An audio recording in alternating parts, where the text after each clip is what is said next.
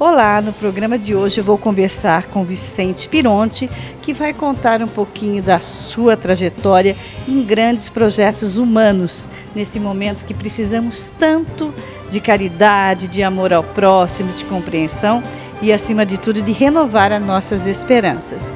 Seja muito bem-vindo, porque o Janela Cultural está no ar para você.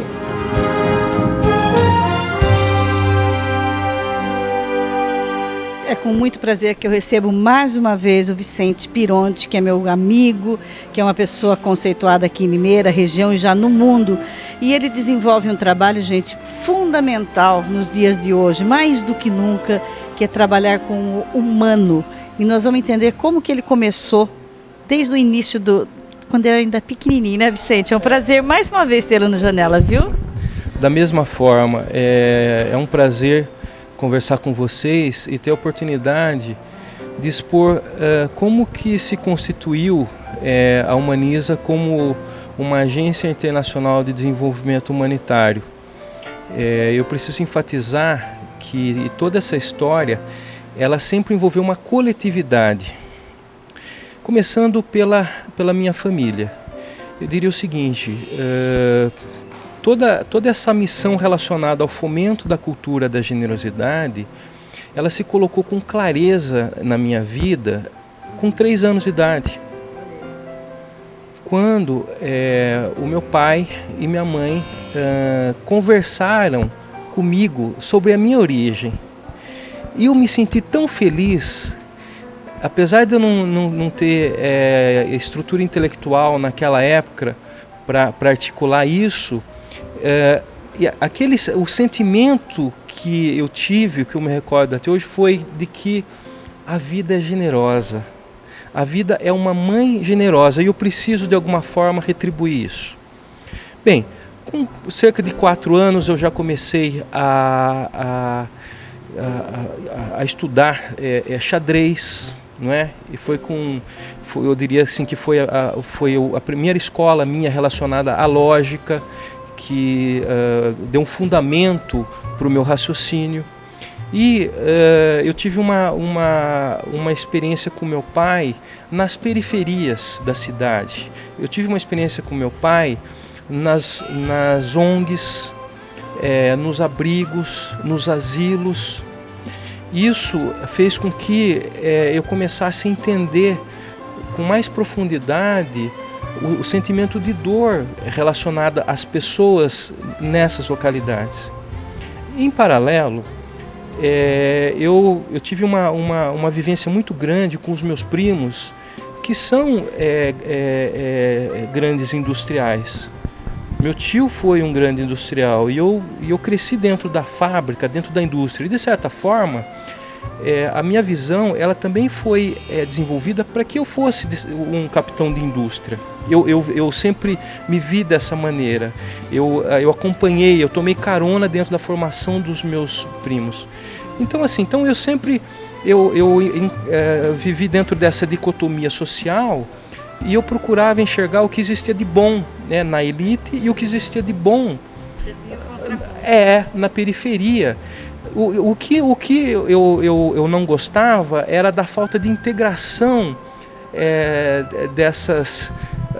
dessas luminosidades que existiam nos pobres e nos ricos, vamos colocar dessa forma. Então eu diria o seguinte, tudo que nós fazemos hoje e sempre fizemos foi sempre buscar integrar essas forças, fazer com que as pessoas de baixo e de cima, bem entre aspas, né, pudessem dar as mãos, porque afinal de contas somos um. Eu acho que essa que é a grande questão que precisa ser colocada para a humanidade. As pessoas elas não sabem que o seu próximo, mesmo que ele esteja distante numa favela, ele está conectado com ele, não é?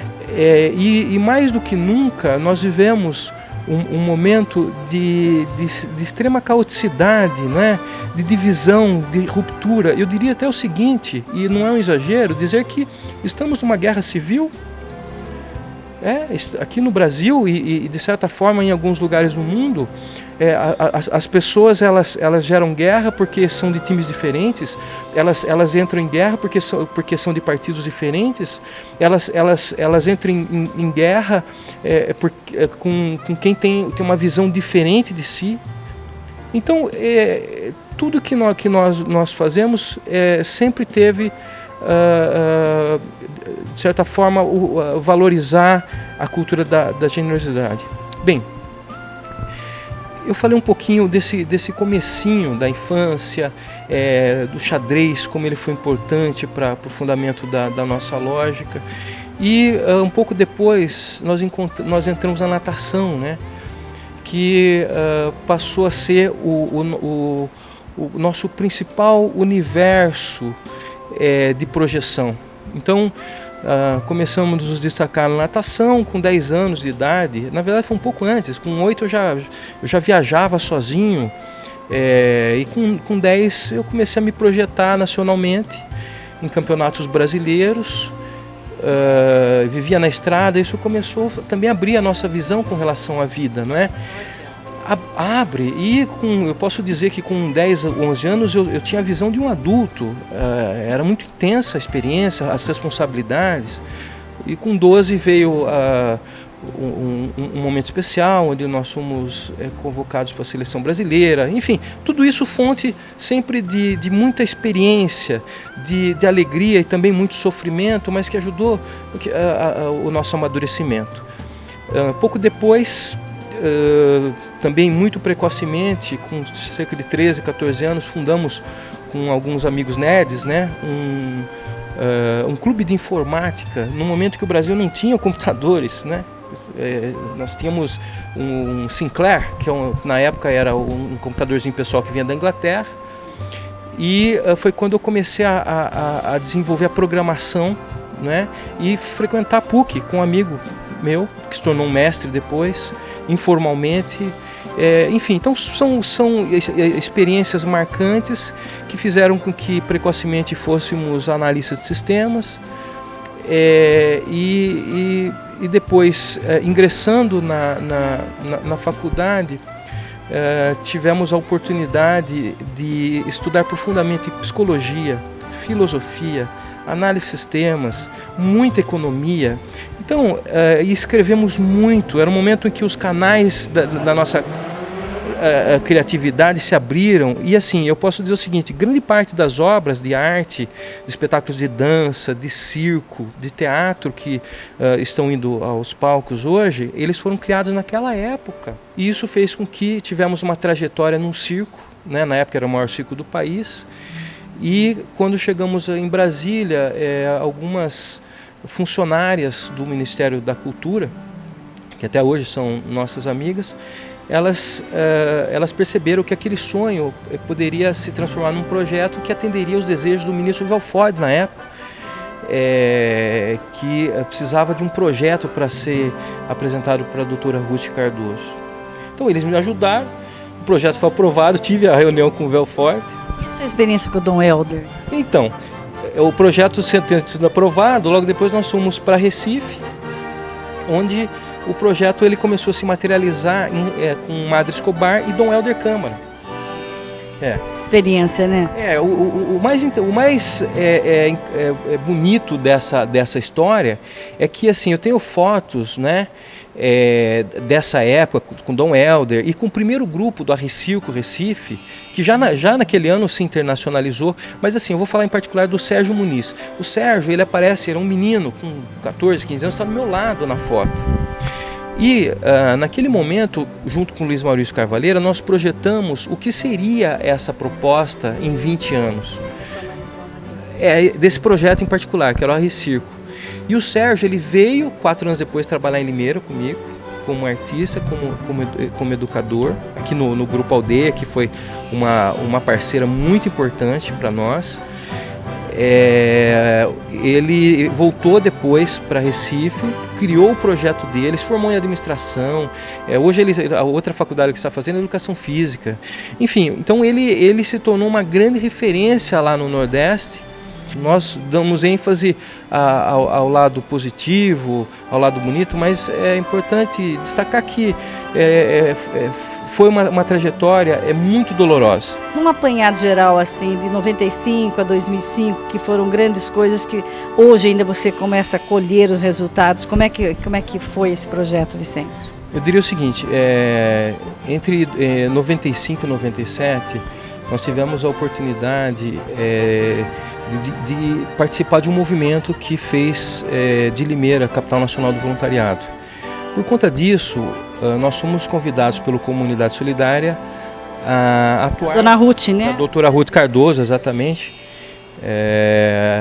Nós fomos convidados para atuar como articuladores nacionais da causa.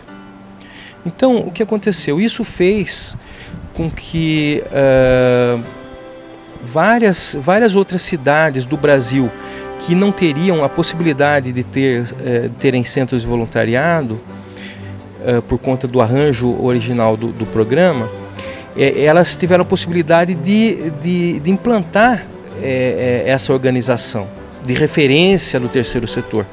Então foi nesse momento, por exemplo, que nós conhecemos Terezinha Ungaro, da Sociedade Humana Despertar de Sumaré, que na época já havia iniciado suas atividades com o Sopão e que já estava começando a se consagrar como uma instituição de referência, né, dentro da benemerência aos mais carentes lá em Sumaré, e com uma visão mais arrojada, né?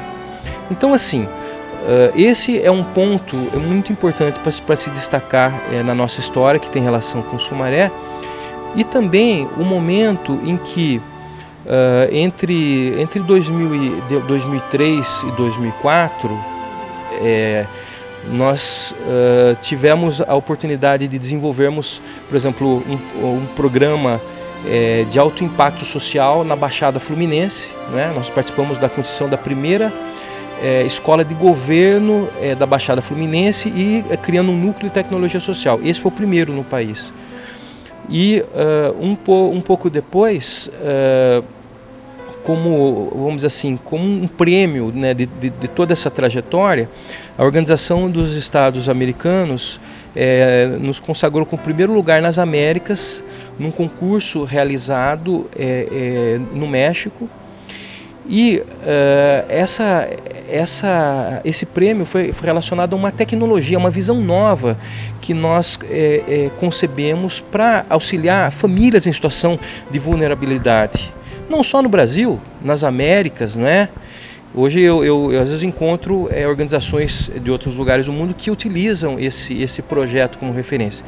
Então, assim, eu destaco esse projeto porque logo depois nós entramos em Sumaré. E essa proposta se transformou em projetos que foram aprovados em favor de Sumaré na época, né? Eles foram adaptados, inclusive, para artesania, tá?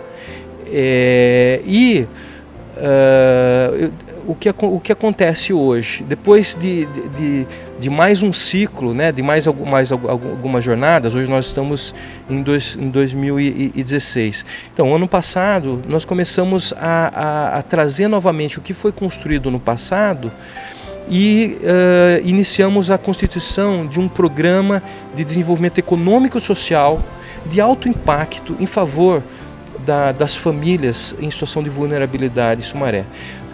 Dentro de uma outra concepção, de um outro molde, né, onde nós temos